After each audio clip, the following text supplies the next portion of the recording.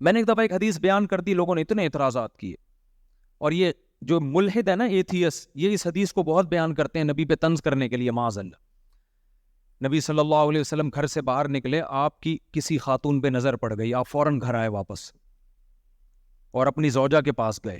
پھر آپ نے فرمایا عورت جب گھر سے نکلتی ہے, اگر کسی کی عورت پہ نظر پڑ جائے اور دل میں اس کے خیالات آئیں تو اس کو چاہیے فوراً اپنی زوجہ کے پاس آئے تاکہ ان خیالات کی تسکین ہو جائے, تاکہ شیطان کو نا برگلانے کا موقع نہ ملے.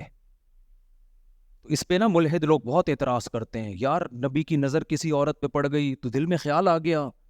وہ بھائی اگر نبی یہ نہ بتاتے تو کسی کو پتا چلتا ہے بھائی؟ تو یہ تو مرد کے ساتھ ہو سکتا ہے, غیر اختیاری نظر پڑ سکتی ہے, یا آ سکتے ہیں, کسی کے ساتھ بھی آدمی ہے, کھا رہا ہے, تو سب کچھ ہو سکتا ہے. اس کا حل بتا دیا, بھائی کہاں جانا ہے, اپنی زوجہ کے پاس آؤ تاکہ وہ خیالات تمہارے دماغ سے نکل جائیں. ورنہ شیطان کیا کرے گا, انہیں یہی پہلے خیالات آتے ہیں, پھر پہلے نظر بدل. یا نبی کی نظر تو غیر اختیاری پڑی تھی, غیر اختیاری نظر تھی. پہلے کیا ہوتا ہے غیر اختیاری نظر, پھر جان کر نظر ڈالتا ہے, پھر خواہشات پیدا ہوتی ہیں, پھر چھوٹے جرم کرتا ہے, ہینڈ پریکٹس وغیرہ کی طرف آتا ہے, پھر بڑے جرموں کی طرف جاتا ہے, بالآخر زانی بن جاتا ہے. ہوتا ہے کہ نہیں ہوتا؟ تو ہمارے نبی نے کتنا اچھی سیرت آپ نے بتا دیا. حدیث میں آتا ہے, نبی صلی اللہ علیہ وسلم, بخاری کی حدیث ہے, آپ فجر کی نماز پڑھانے کے لیے آئے. فجر کی نماز, صحابہ انتظار میں, اقامت ہو چکی ہے. اچانک آپ نے فرمایا, یا ایھا الناس انما انا بشر مثلکم, اے لوگو میں تمہاری طرح کا انسان ہوں.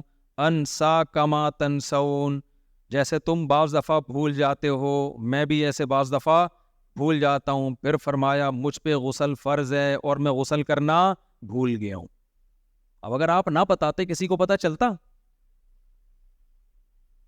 تو آپ گئے ہیں اور غسل کر کے آئے, اور صحابہ کہتے ہیں آپ کے بڑے بال تھے, اس سے پانی ٹپک رہا تھا.